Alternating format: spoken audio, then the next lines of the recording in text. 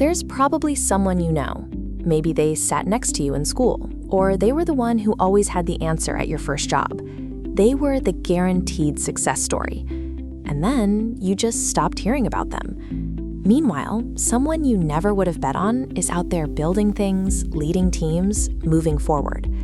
If you were that first person, you probably know the feeling. You're sitting in a meeting, watching someone pitch an idea that lacks depth or nuance. People are nodding, and you are sitting there in silence, holding a more refined, comprehensive version of that idea inside your head. But you don't say a word. You tell yourself you're just waiting for a better opening. Maybe you need a bit more data or a slightly different angle to be certain. But as the weeks pass, that perfect moment keeps sliding further down the calendar. Eventually, the pattern becomes impossible to ignore.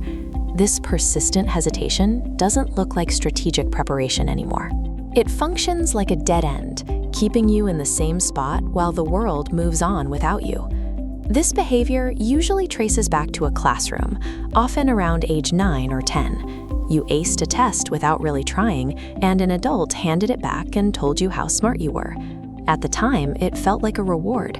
What actually happened was the installation of a quiet, permanent belief. You stopped hearing, "I did well on this task," and started believing, "This is who I am." Intelligence became a fixed identity you had to defend, rather than a skill you could develop. Stanford psychologist Carol Dweck spent decades studying the impact of this mindset. Her research showed that when children are praised for being smart, they begin to actively avoid difficult problems that might challenge that label. This creates a constant ego threat. If your entire worth is built on being the smart one, then a struggle or a mistake feels like proof that your core identity is a fraud. Highly capable people often shy away from challenges as a subconscious defense mechanism. They aren't avoiding the work, they are avoiding the possibility of a result that would shatter their sense of self. When the brain senses this kind of identity threat, it reacts much like it does to physical danger. It enters a state of high alert that prioritizes safety over action. The prefrontal cortex, the area responsible for committing to a path, effectively stays in a loop of analysis rather than authorizing a move. This is the prefrontal feedback loop. Instead of taking action, your brain demands more research, more planning, and more frameworks.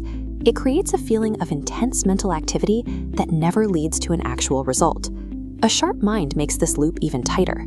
You have the cognitive capacity to generate infinitely more variables and complex scenarios, which your brain then insists must be solved before you can safely begin. Even when you do start, the loop finds a different way to stall you. The early learning phase is exciting because you're mastering rules, but when the work enters the repetitive, unglamorous middle, the novelty vanishes and your brain suddenly loses interest. Whether it's endless research or walking away when things get boring, the underlying goal is the same, providing an escape from the messy, uncontrolled reality of finishing something. Both behaviors allow the brain to avoid the one thing it fears: sustained, imperfect effort. Breaking this trap starts with seeing intelligence differently. It behaves less like a fixed trophy and more like a biological muscle. It grows specifically through the strain of difficulty and the correction of errors. The first shift is treating your output as data rather than a verdict. A bad first draft or an imperfect project is just a baseline, a set of information you use to build the next iteration. Second, you must prioritize the smallest possible first step over the perfect launch. A parked car cannot be steered. Once you are in motion, your brain can course correct. Until then, it is just spinning its wheels.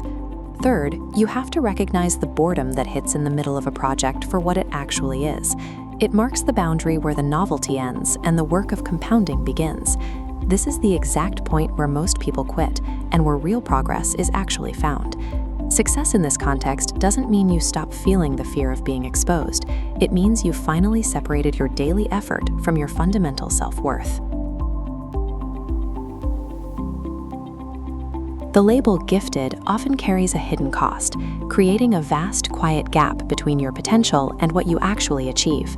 Bridging that gap requires the courage to be a beginner again, to produce work that is currently imperfect, and to move forward with exactly what you have right now.